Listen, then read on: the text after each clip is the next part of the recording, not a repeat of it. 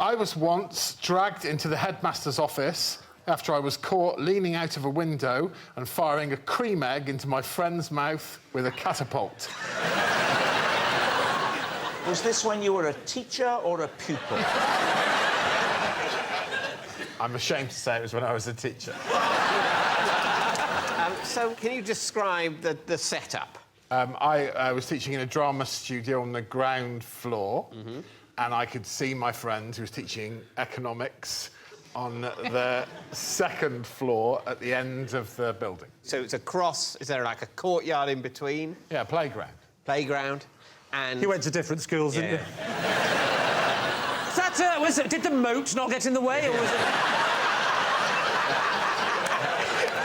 Right, goody, the bell's gone. Let's go to the courtyard. OK, let's... You're firing over the croquet lawn. I'd confiscated a catapult that morning from a child. OK. I was in my drama studio. There's an office. I closed the door and let the children do whatever they used to do in my lessons. And I hung out of the window. I saw my friend, Gavin. Yeah. And I went... It was the height of summer. Right. So Gavin is in the middle of an economics lesson, and he goes, oh, there's my friend. Gosh, he's holding an unwrapped cream egg. And he goes...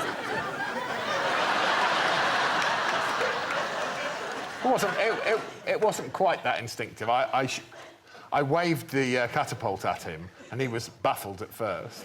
And then I could see him distracting his children by setting them some mundane task. Then I revealed the unpeeled egg. Which, by now, by the way, hashtag height of summer, melting. They melt very fast. Here's the thing, Claudia. I genuinely had a mini fridge in my office because... I did, because I regularly abused the drama budget. I'm sorry, but I was very bored. I bought a mini fridge. And just to add colour, I'll tell you this, I bought a top-of-the-range DVD player and I swapped it for one that my grandmother had given me. Took a really nice one home. Separate story. Can we say that we believe that story? That's the story. I've got a technical question about the window. Yeah. Good. Because in schools, windows only open to a very small certain point, so the kids can't jump Especially out. on the second floor. Wow, how rough was the old school that you Bad. taught? Really bad. You couldn't, only in case they jumped out. Yeah, just in case they jumped out and drowned in the moat. So basically... you've got to... That window will only open to a certain point. Yes, right. The window did only open half, so Gav had to get on his knees and position his head. His head virtually filled the amount of window that was open. It was a slide-up window. Where was the headmaster at this point? Walking through playground/courtyard? He was in his office, I imagine, pretending to do work. Oh. And here is the thing that will convince you one way or the other straight away. Gavin... I would say it was 25 foot, and Gavin did catch it in his mouth. What are they clapping? You lot are going to feel so stupid if that's a lie. What do you think, David's team? Does it ring true for you? I do believe the lie is being packaged with real stuff. So, confiscation of the... The mini fridge is true. Yeah. True. The confiscation, yeah. Everything around the lie is true, but the lie is still a lie. OK, let's go. Let's go. We'll go lie. You're saying it's a lie. Greg, was it the truth or was it a lie? There were elements of truth, but yes, damn you, that's a lie. For our first Christmas together as husband and wife, David was startled by one of the gifts I got him. Please, team. It wasn't making a noise inside the wrapping paper, was it? What, a puppy? Well, I was thinking more of a rabbit.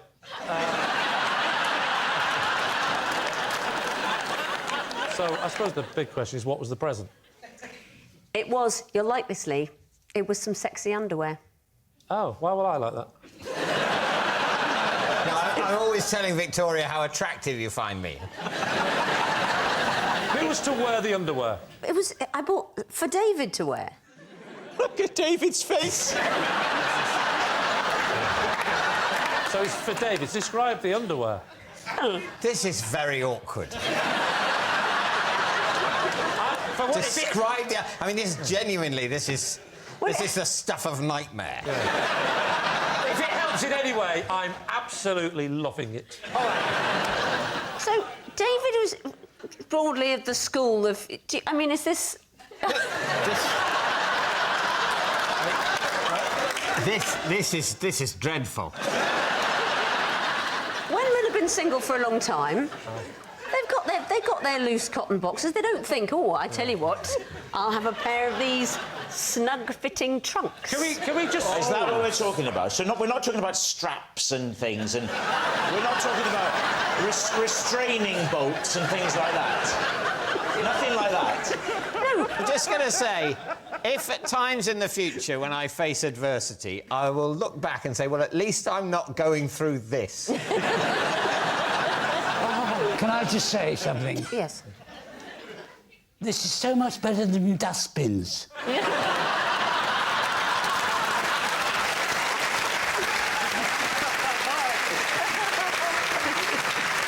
So it's Christmas morning. It's your first Christmas together as a married couple. You hand him this package.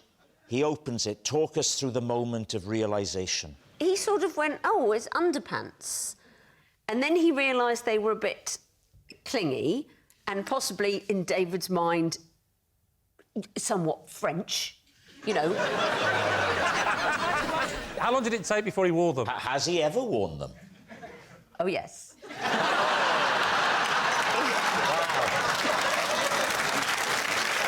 From that day forward, that was his new style of choice. So even as we speak, he sat there now with something clinging to his midriff. I'm so sorry. So it wasn't like his main present, there was other stuff? There was some other stuff. Can you remember anything else that you'd got in there? You know, some books and a DVD and... What were the books? Well... The Bible and 50 Shades of Grey.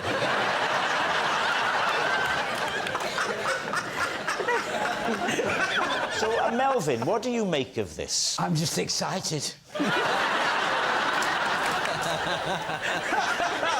What do we think? Truth or lie? So what do you think, Alex? I can imagine you'd definitely be startled by it, but... That bit... If David's worn the same pair of pants all of his life until that moment, and I suspect he The has. same pair The of... same type of pants. I think it's true. You do? So, Melvin thinks it's true. Alex? I hope it's true.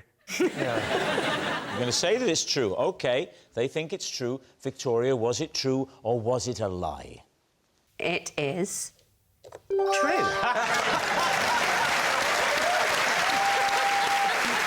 I once spent the night in Millets after falling asleep in a tent. David's team.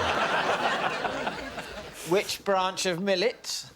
It was up in Kendal, When was this? 5, 6 years ago. 5, 6 years ago. And what were you going to Millets for? I had a big argument with my child and my nephew. We had the camper van, and I said, have you got your coats? Yes. Have you got everything? Yes, yes. Stop being boring. We got there, and they hadn't brought any warm weather gear, not even a cagoon. I then left them. They palled off. You know the bit where you go, there's no internet, go and play. When they got playing, got talking to this family, got about it, and the dad said to me, you go off, you know what I mean, get them some coats, they're fine with us. I went to Millets, and there was one of them ridiculous, stupid, like, back in 5 minutes we'll be open. I won't lie, there was a pub opposite. Well, you might, because of the format. All right, yes, OK. There was a pub over the road. I went to the pub. Eventually, I saw a light on. I went in, and I couldn't find the guy. And I thought,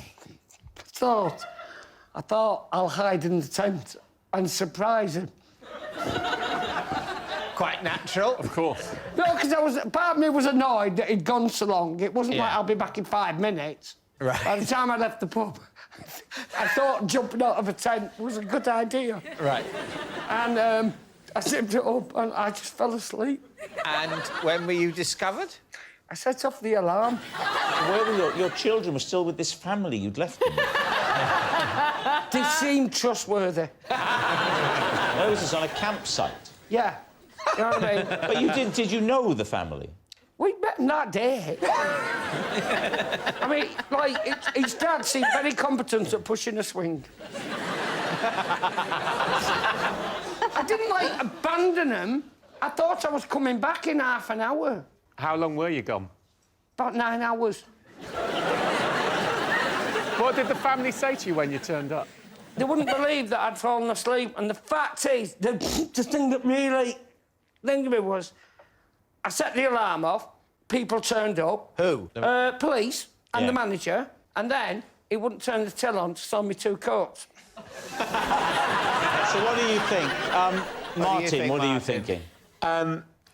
You going in the pub and going into minutes and falling asleep, I can believe. The other family just going, oh, yeah, it's fine, you came back. I didn't say they said it was fine. Yeah, they weren't happy with it. I think they would have done more. It's possible, but I'll go with lie. I think it's true. You think it's true? I think. You think it's a lie? I'm gonna go true. You're saying it's true? Yeah. OK, Johnny, truth or lie? Lie. Yes, it's a lie. Johnny didn't spend the night in millets. Please welcome this week's special guest, Tony.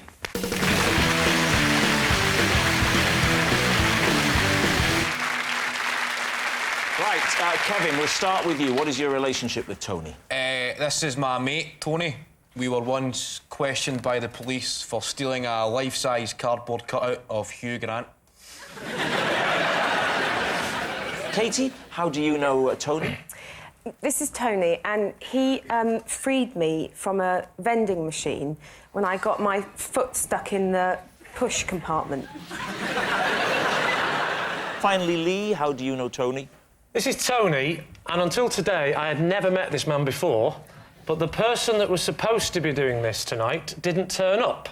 So I grabbed the first person I saw outside the studio.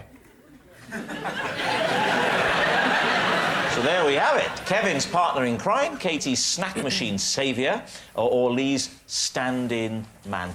Right, David, off you go. Well, Lee's one is quite difficult to cross-examine, isn't it? So essentially what Lee's saying is, here's Tony, he's a random bloke.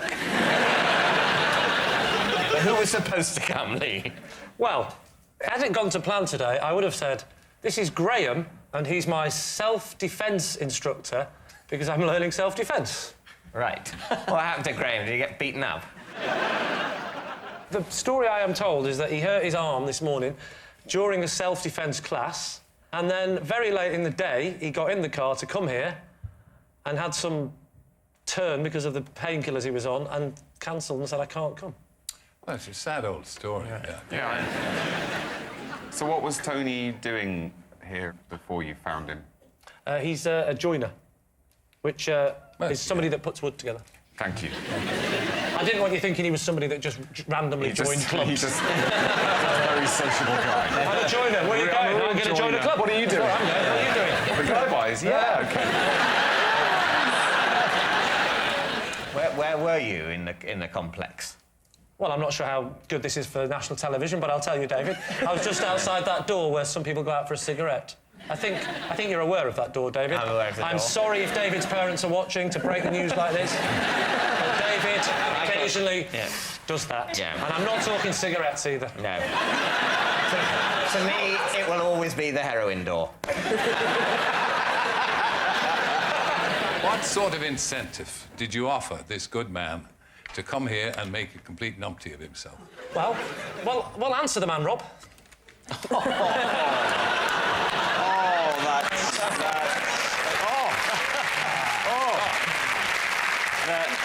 The rejected chuckle brother has got the better of me again. Okay, well, I mean, I must say, Lee's story is incredibly plausible. And incredibly tedious. Yes, I mean, that's why it rings so true. Kevin, your partner in crime, what did this man do with you? I think crime's a strong word, Terry, from a man who has got arson in his past. We were questioned by the police, not charged out, just questioned for stealing a life-size cardboard cutout of Hugh Grant. What were you going to do with Hugh Grant? We'd went to Blockbuster Video and nothing really caught our eye.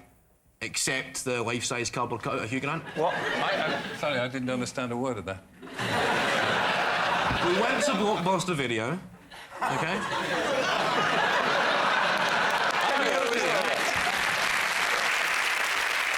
And nothing quite all right, Harry. Finally, he's talking normal. Exactly. It shows to every Scottish person if you just made a little bit of effort.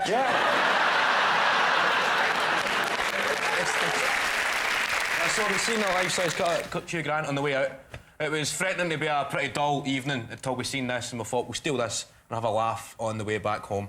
And we were walking home, a police car pulled up and said, "Where are you going with Hugh Grant, lads?" The police guy could not see the funny side at all and decided to put him in the passenger seat, put us two in the back and drive. And drive us to the police station to be questioned. We haven't touched on Katie yet. No, we haven't. Yes, you've been told about that, Terry. We told you quite clearly before we started. Yeah. Where was the vending machine? It was at Cardiff Central train station. What did the vending machine vend? What is this thing you call love, human? What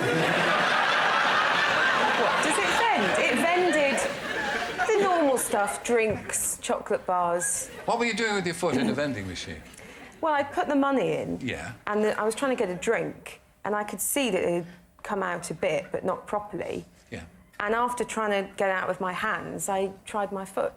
And it got stuck. Yes. But was it a little hole or a big slot? It was like a tray thing. And how did this fine man help you? He was working at the train station, Yeah. and he's clocked it and came along and said, "Do you want a hand?" And you said, we must keep in touch? Can I have your email address? We didn't stay in touch, but I knew how to find him. How did you Because find he's him? still working at Cardiff train station, Cardiff Central. But what I don't understand, right? The Go thing's on. fallen down. Yes. And you're having difficulty getting it out with your hand. Now, Correct. hands are basically better than feet. Yes. That sort of thing. I wonder why you sort of think, if the hand can't do it, why is the foot going to develop the knack? No, my logic was, I tried with the hands, and I thought sort of a kick, brute force, you know, might work instead. That was the logic. Was it the sort of door? You know, because often the slot at the bottom has got a sort of door, hasn't Yes, it? it had a I door. offered slot and she called it a tray. Yeah, I don't think it's not a tray, is it? It's not a tray. A tray would be removable. This is like good cop, guy by cop.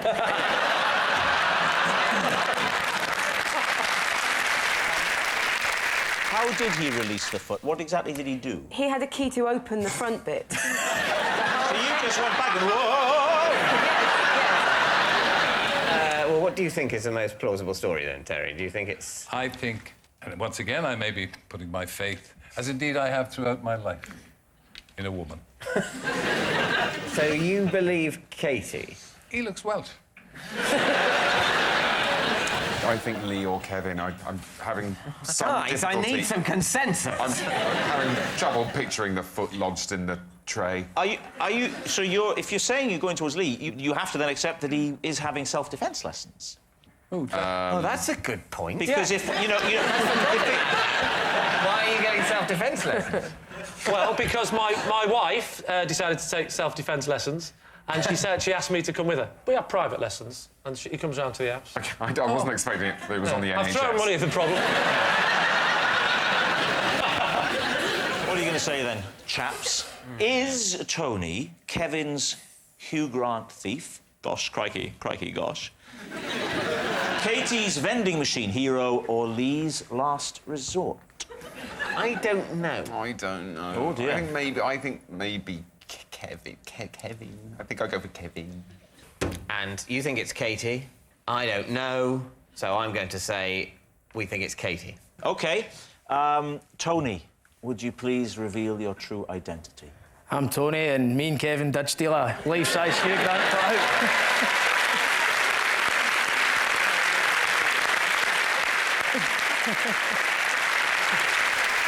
Were there any charges? No, it was a caution. And you're proud of it, aren't you? I can see that. There's a real pride in your face. You feel you should have a Duke of Edinburgh award, don't you? Thank you very much, Tony. Well, he looked Last year, I had such bad toothache, I popped my Christmas dinner in a blender and drank it through a straw. Please, team. When you say you put your Christmas dinner in, what exactly did you put in the blender? So I am from New Zealand, so Christmas... You'd never have thought so. Rob, you cheeky man. There's a little pause before ma'am. It was basically meats and salads and... Do you have the traditional turkey in New Zealand? No. Turkeys don't exist in New Zealand. I never knew that. I had a really bad... I had a root canal. I don't know if anyone else had a root canal, and you can get dry rot, like with dry socket rather. Dry rot is what cupboards get. Dry. I will interrupt you if it gets too arousing. So I got dry socket. Oh, there you go. Yeah.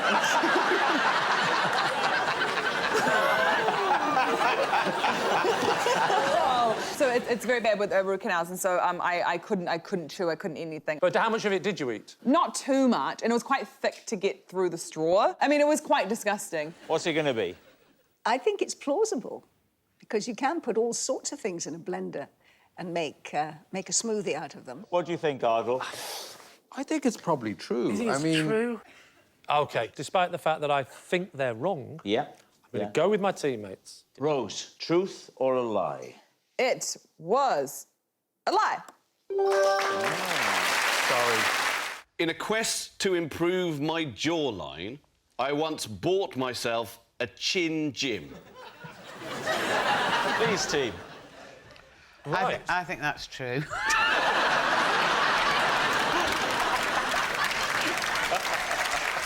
What's a chin gym, first of all? A chin gym is a device to help you if you have a double or triple chin, and it's like a sort of L-shaped bit of plastic, and you bite it really hard, and then you have tiny little weights that you put on the other end of it, and you're like, ah! And then you take weights off, put them back on again. That's a chin gym. What was the thing you were trying to solve? Was your chin particularly weak, or was it just fat? What was the diagnosis? I have a beard, and I only really have a beard because I have a double chin. And I think, wrongly, obviously, that this gives me the illusion of a jawline. And the reason that I have that is that the chin gym didn't work. How many times a day did you have to do it, then? Well, one of the things about the chin gym is you can do it whilst you're doing something else. While you're writing, for example, while you're watching telly, you can do it. While you're reading. But you were really trying to tone up your chin, were you? Yes. Try to tone it. I mean, you're saying this as if you can't think of the idea of toning up your chin. I can't. That surprises me. All you can do is build muscle up, can't you? There's no muscle in your chin. There's no muscle there. Yeah, there is muscle in your chin. There's muscles I know there's muscles everywhere, but I mean, jaw. this is all... I'm feeling this, and I'm feeling a lot of... Don't touch me, balls. I'm feeling... Don't touch me, balls.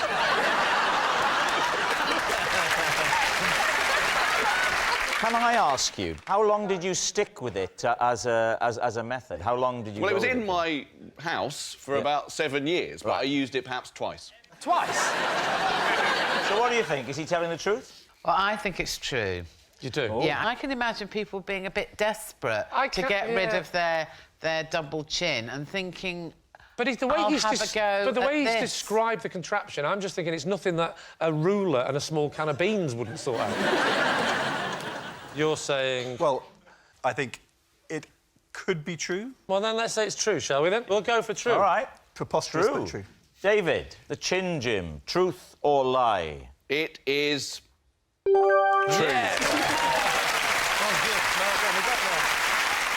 I once got on the tube with a live pigeon in my pocket. David's team. Why was the pigeon in your pocket? It was quite badly injured. Oh, so you were being a good Samaritan to pigeons? Ish, I was a bit peckish. You hadn't yet decided. It could go either way. What had happened to the pigeon? What happened to it? Yeah. Went very nicely with some roast potato. No, I took it to, actually to the local vets when I got home. So where did you find... It was lying on the pavement. And what was the nature of the garment in the pocket of which you placed the pigeon? It was a clown's outfit. And it's your own fault for standing on it in the first place with your big feet. It was a duffel coat. A duffel coat. But did you think about just carrying it, or did you think, I'll put it in my pocket? Because if it's a pigeon that's struggling, I think it's probably causing it more pain. It was beyond struggling. It was dead pigeon. A dead pigeon. It was kind of really knackered and... Can I ask, were you going to somewhere when this happened, or were you going back home? I was going to somewhere. So you went to a meeting, possibly a high-level TV meeting, about... There are other places available, David. I'm just guessing, with a pigeon in your pocket. I like the fact you gave it two options, a meeting or a high-level TV meeting. I'm trying to imagine... I was going to the local hospital to have a smear.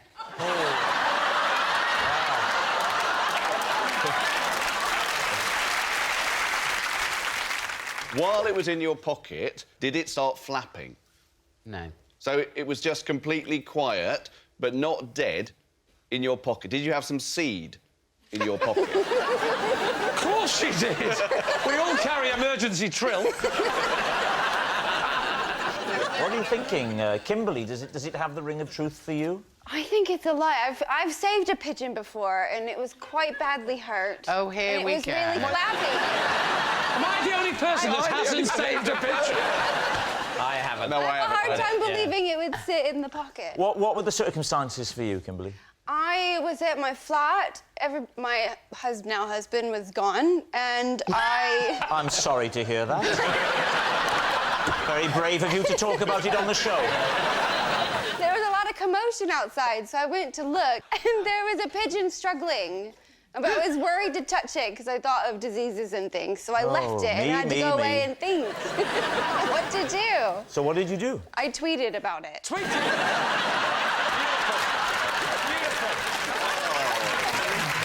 Did he tweet back? Well, somebody did, and they sent a cab to get the pigeon to take it to the Wildlife Foundation to save it. I really don't believe this.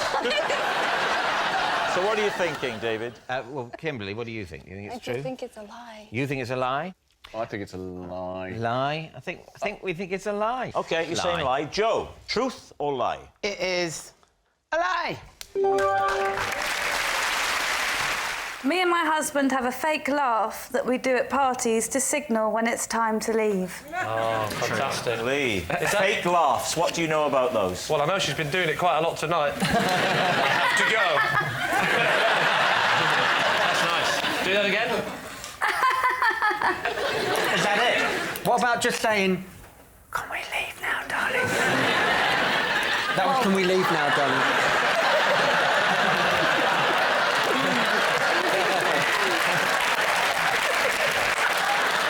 So just put us through this scenario then. You're both having the same conversation at a party with somebody else. And when one of us wants to go home, we will just laugh in a certain way. And does your husband do the same laugh as you, or has he got his own version? No, he's got his own version. What's his laugh? His voice is deeper than mine. Same thing, but deeper? Yes. Like, for instance? Do his laugh. Sort of...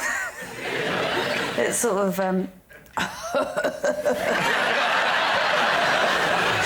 Give me your laugh again, because I didn't quite hear it. OK. This is Catherine's laugh. Yeah. And now the husband's laugh? Well, I'm not so good at doing that, which, you know... Do the husband's laugh. I feel like you're mocking me. No, I'm threatening you. And your laugh again? And then his laugh? OK. What was your laugh like again? And his laugh? When's the last time you did it? Yes. I think we did it about 2 weeks ago at... Who are you talking to? I'd rather not say on television. Is it a television person? Was it someone famous? No, Well, still, but it's just... No, it's not someone famous, it's someone who loves being insulted on television. So, Lee, let's go for a guess. Should we say it's true? Is that what we're saying? I think that, but I'm going with you. You're trusting me, aren't you? I'll trust you. Trust. I don't know why, but I will. Go on, true. You're saying true. OK. Catherine, truth or lie? It is, in fact, a lie. Oh!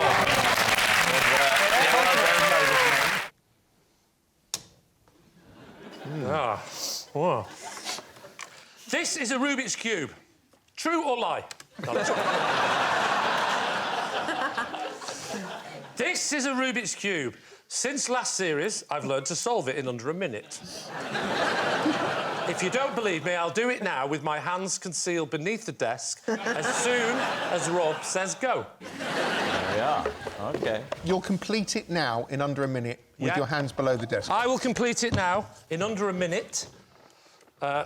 Randomly. You can mix it up first if you like, I don't mind. Or Danny, just no one on the opposition, and do it exactly as we rehearsed it. So, you started this about a year ago? Yeah. So is there a technique to this, then? Yeah. As opposed to, no, you just do that and hope for the best. Can anybody over there do the Rubik's Cube? No, but I've watched my son's friend do it, and there is a system. Yes. Yeah. And then he was trying to explain it to me, and I got bored and left the room. Is this something you can do? I'm rubbish at the Rubik's Cube. I panic. And you can't do it, Shappy? No, but I'm really surprised Charlie can't. Why? People think I'm clever. I'm not. I don't know what a raisin is. No. It's not a clever thing. I just thought that when you're a kid, you'd spend a lot of time sort of on your own. Oh, it's an insult.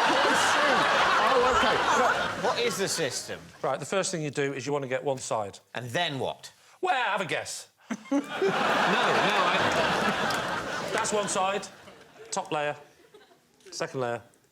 Bottom layer. And then, don't worry about the bottom, that's automatic. Because I've never been in a situation where you've done all 5, but the bottom one's completely out of whack. David, do you have any more questions before I ask Lee to attempt the challenge? So, he does it, he keeps it under there, we say true or lie, and then he brings it up. OK, I'm ready. I don't like this kind of stunt. Lee, you have a minute. Are you ready? No. Would you please tell me when you're ready? I will.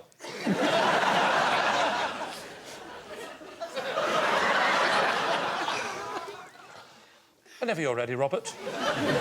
3, 2, 1.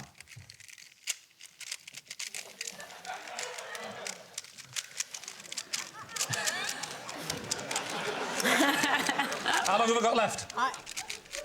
I'm 45. genuinely impressed. I mean, it's going to set on fire in a minute. It's that quick. How long have I got left? How long? Yes. 34. 34 seconds or 34 seconds gone? No. Don't mean 26, or does it mean 34? You had 34, but that's yesterday's news.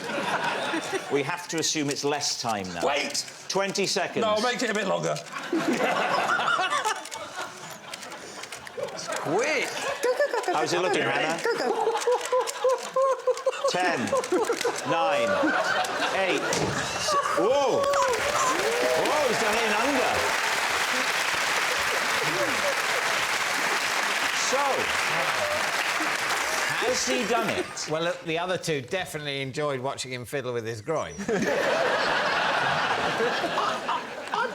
I believed that. I believe that. Theatre. Yeah. It mattered to you. Yeah. I don't think anyone could have faked Danny's surprise. It did. That looked pretty realistic. I think it's true. You think it's true. Out of interest, what do the audience think? True, but not that lady there. OK. Lee, was it true what you just did, or was it a lie? Well, it was, in fact. Of course it's not true, you idiots. So please welcome this week's special guest, Jamie.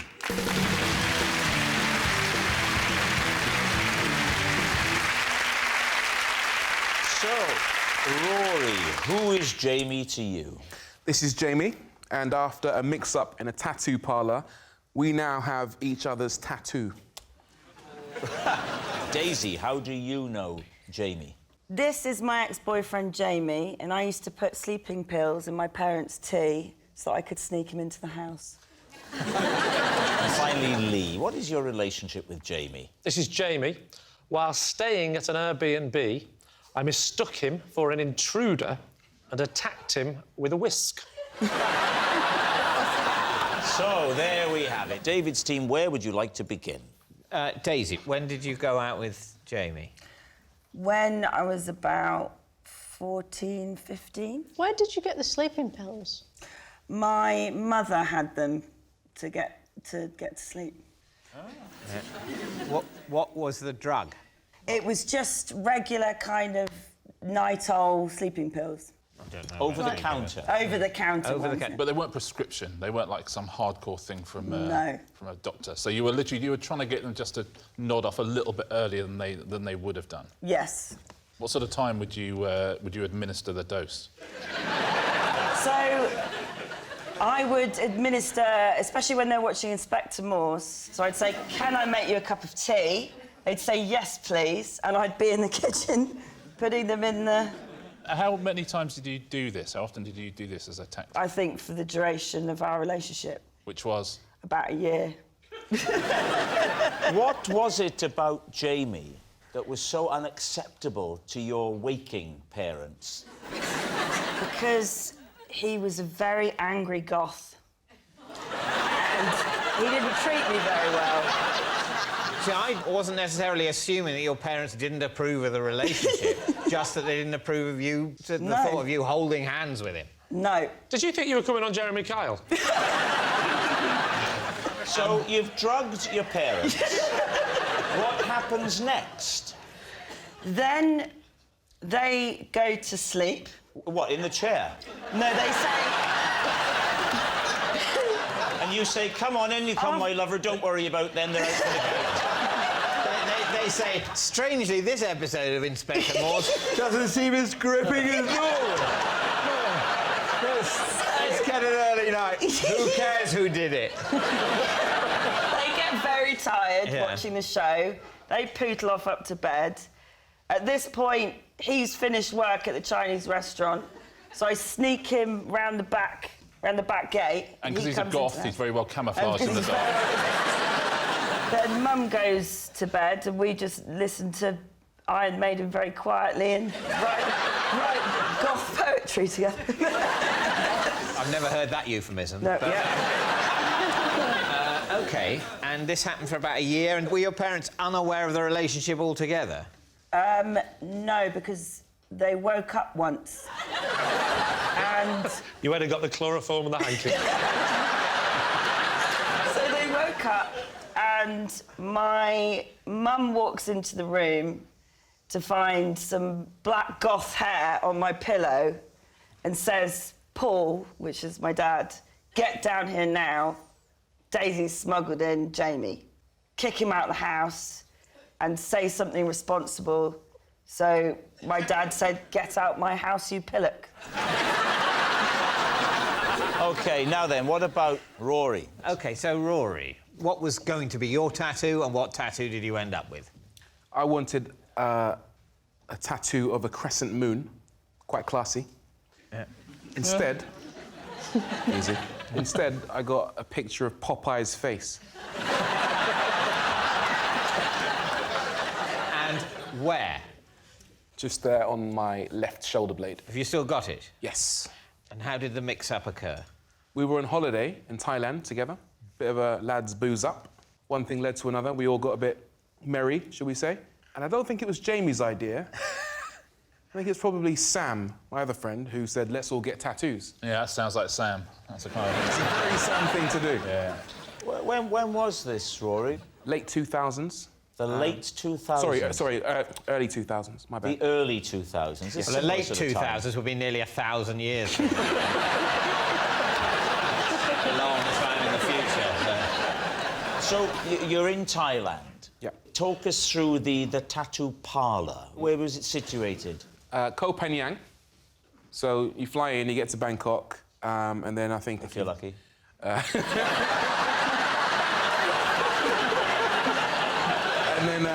And then you travel to Koh Phangan, and there's this little parlour, and they're used to tourists coming in all the time, and they have multiple beds, if I remember correctly. How classy.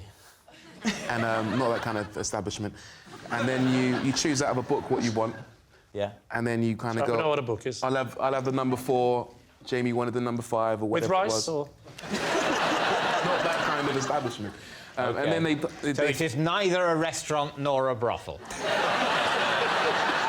The kind of establishment it is a tattoo parlour with beds and a low standard of administrative competence. You'd have gone out a storm on this stag weekend, David. Rory, how long was it before you realised the mistake? Immediately. Yeah, you stand up, there's a mirror there, you go like that. And there wasn't a picture of a classy crescent moon, there was a picture of Popeye's face with the pipe and everything. Who was more upset by this outcome, you or Jamie? Me, by far. Right. Absolutely. He's now got a classy crescent moon on his back. I've got Popeye. Are you not following this? OK, now then, what about Lee? Remind us, Lee, of your claim. So this is Jamie, and while staying in an Airbnb, I mistook him for an intruder, and I attacked him with a whisk. OK, and where was the Airbnb? The Airbnb was in Rye. And why were you staying in an Airbnb in Rye? Because I like to get away from my family, full stop. I like to go away and write and just get some peace and quiet, so I go away for 2 or 3 days, occasionally, very occasionally. Why did you Get married in the first place? I don't know. I've asked myself every day the same question. Why did you choose a whisk over a knife? Well, as you may know, that a lot of people that are attacked in their home are often attacked with their own weapons, because what they do is they take a weapon, like a hammer, and they go, get out my house, and then the burglar panics, and then he grabs the hammer, and a fight ensues, and then the person ends up getting injured. So when I opened the drawer, I had to make a selection. And I couldn't go knife for the reasons I've just explained. I looked at big rolling pin. I could get attacked with that. But you can't go the other way either. You can't pick up the Mr. Men jelly mould. And I had to find out what was the perfect middle ground between... It looks aggressive and offensive, but I think it'll be all right if he tries to hit me with it. What's the most he's going to do? Mess my hair up? And you wouldn't want a knife, you wouldn't want to kill him. You'd have a whisk, you could just beat him.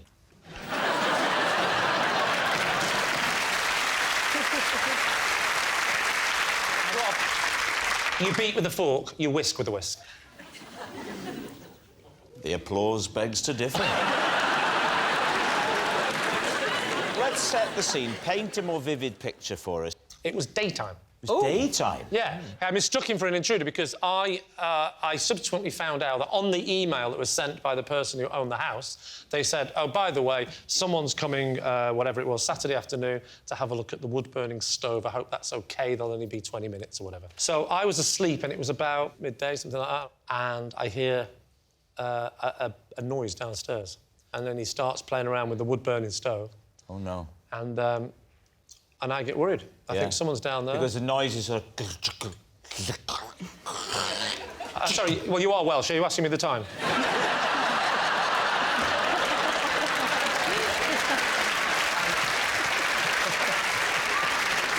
And so I go downstairs, and I see this figure. I panic. And I was going to say, get out, or else. I don't know what I was thinking. I just ran at him. I'll whip you to a soft peak. Oh, no, I definitely didn't say that to him. No, never say that to a strange man in your house, David. And I whacked him on the back really hard, just kept whacking him and whacking him. You hadn't previously challenged him or asked him why he was there. You just went straight in and battered him with a hand whisk. I just panicked and I was just straight in, he went to the kitchen, got the hand, batter, batter, batter. No, there's no batter involved. Well, we need an answer. So David's team, is Jamie Rory's branded buddy, Daisy's smuggled sweetheart, or Lee's innocent intruder? What do you think, Diane? Well, I'm not sure about night owl. I don't think it's that strong. So I think Daisy's lying. Yeah. How old do you have to be to know about Popeye? Oh, that's... Because I think... Why would he pick... Yeah. It doesn't ring true. OK. You know that if it's not Daisy and not Rory, that means it's Lee. Can't be Lee. So, what's it going to be, David? I think it's Daisy. You think it's Daisy? I could be persuaded that it's Daisy. We'll go with Daisy. You're going to say Daisy? Yeah. Jamie, would you please reveal your true identity? I'm Jamie, and I used to sneak into Daisy's house.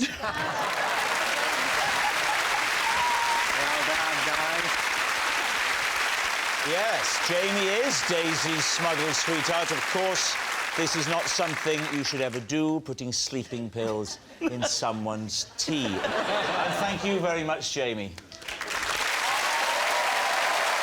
When New Kids on the Block announced they were splitting up, I was so distraught, I was sent home from school for the day on compassionate leave.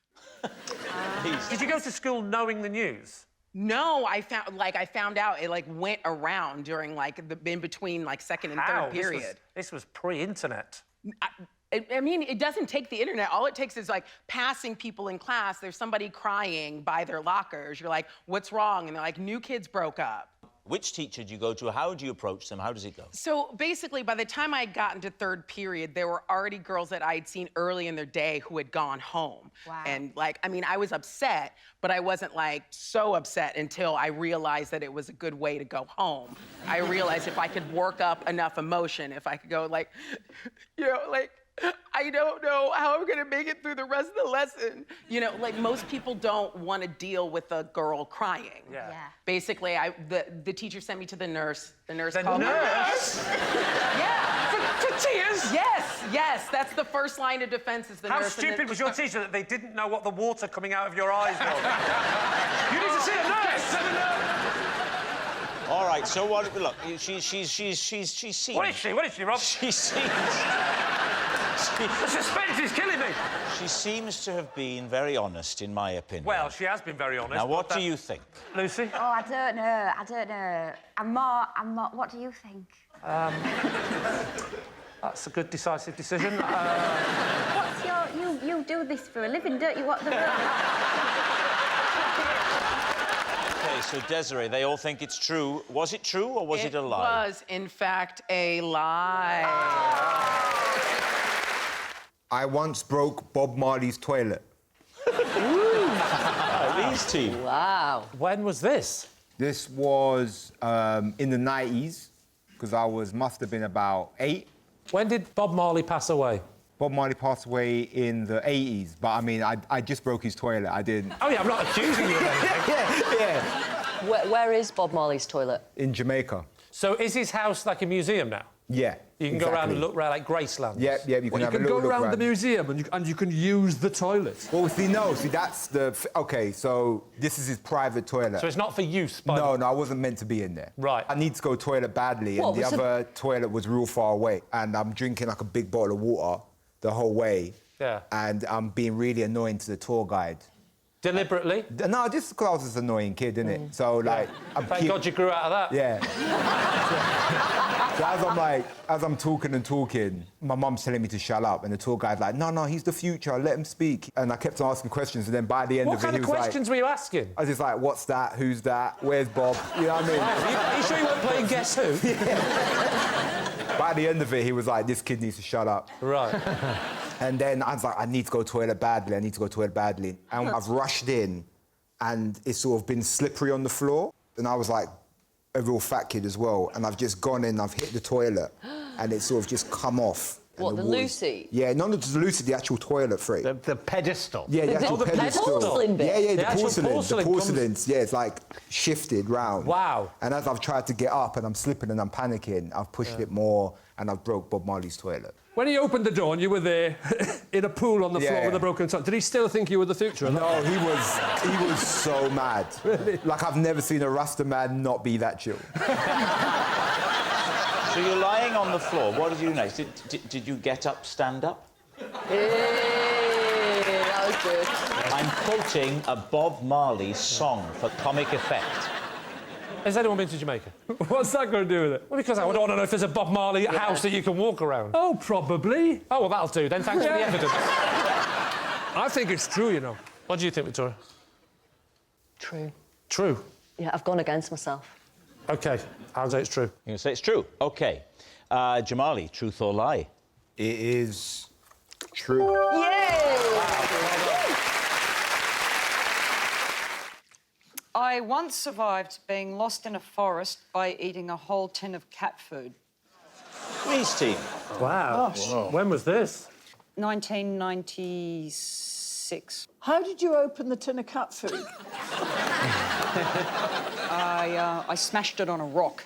I smashed it on a nearby rock, and I had to keep smashing it like I was like early man. And what did you use to eat it? My fingers. Oh. Why did you have cat food? Well, she'd already eaten the cat. Let's wind back a bit. Are we in Australia? Yes. Which part of Australia are we in? It was about 7 hours out of Sydney. I was at university and I went to a college where there was this thing where they would do pranks on the freshers, and then a group of older students dumped us in the forest.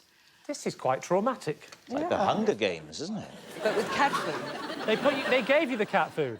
They gave us cat food. To survive off? To survive. How long before you start eating cat food, then? How long have you been in the forest? But it was a couple of hours. You're eating cat food after 2 hours? I was expecting this to be in at least like days even, maybe, like a couple of days. Day 4. That would be my estimate. Hour 2, and we give in. How long were they intending to keep you in this forest? We had to find a way back. We had to hitchhike back to the city. Well, we tried walking, but Australia's much, much larger than... Than it is on my map at home. That's right. Wow. What do you think, Pam? I think it's true. Yep, I do. What about you, Kyle? No, I don't believe it. No. Lee? Yeah, she's got the eyes of a traumatised woman.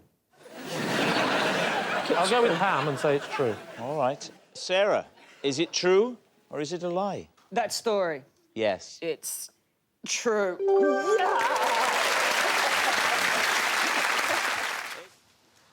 I used to pretend to be German in order to chat up girls. All right, David C. When did you do this and under what circumstances? 1943. This is probably between the ages of about 17 and 19. Why German? So, I grew up in Wimbledon. Yes. Oh, that explains it. And me and my friend Josh, during Wimbledon, we used to go out in Wimbledon Village and pretend to be Boris Becker's personal assistants. Imagine Lee is... A woman. A woman in a sandwich shop. Now, please do it. Hi, I'm Helmut. This is my friend Herman. We're here for the Wimbledon tournament. We're Boris Becker's assistants, yeah? That is very, very sexy, isn't This it? is a lie. And did it work? Yes, we slept together. So what is your job as a personal assistant? I worked for Boris for many years and he got rid of me. What is it you do so well? His laundry, prepare his snacks. Prepare his snacks? Prepare his snacks, etc. I hide his earnings from the German taxman. Ed, can you describe a scenario in which it was successful? We're talking about my love life as a teenager. So success for me was those girls probably spoke to us for 5 minutes longer than they would have done if we'd used our normal voices. So, ironically, love as in tennis. He got nothing. Not a funny joke, but a lovely link. But this lasted for 2 years. 3 years. Dry years, which is appropriate as well. Are you still friendly with Josh? Yeah. And what do you guys do now? Like your normal grown-ups now? He's got, like, kids and stuff, so... Cool. I mean, she still thinks he's German. So what are you going to say? Truth or lie? We'll say true. All right, they're saying true. So, Ed, were you telling us the truth or is it a lie? It was...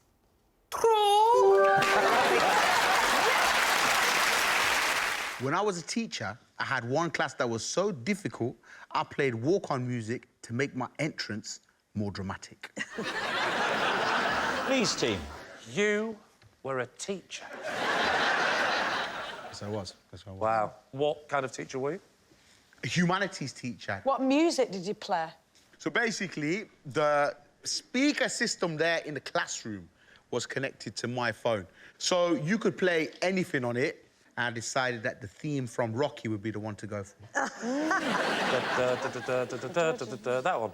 That's the only theme from Rocky that you really want to play. That one. All right, so the kids are all sat in class. Yeah. You're not in the class yet. No, so I greet them at the door. Good teachers greet the kids at the door. How you What do you doing? say at the door? Yes, Leon, well gone for your mum. All them kind of things. What? Leon's mum was a very attractive woman, so every teacher was like, is your mum coming to parents' evening, Leon?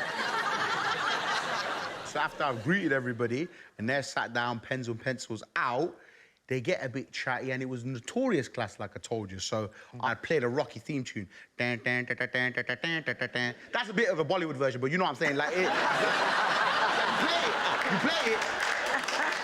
play it in there, and then I walk in the room, it's got everyone's attention. OK, they think it's true, Guz. Was it true, or was it, in fact, a lie?